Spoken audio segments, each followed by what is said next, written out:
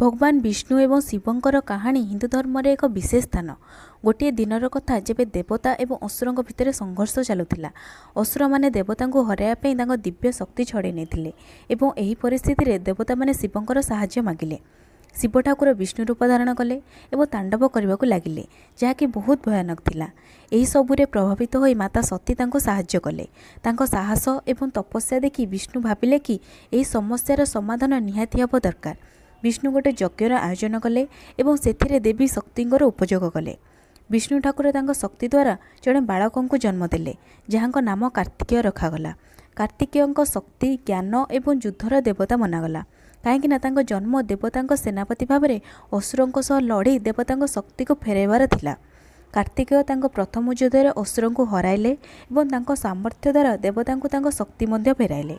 कार्तिकेयଙ୍କ कहानी यह दर्शाउछि कि केमिति शक्ति सामर्थ्य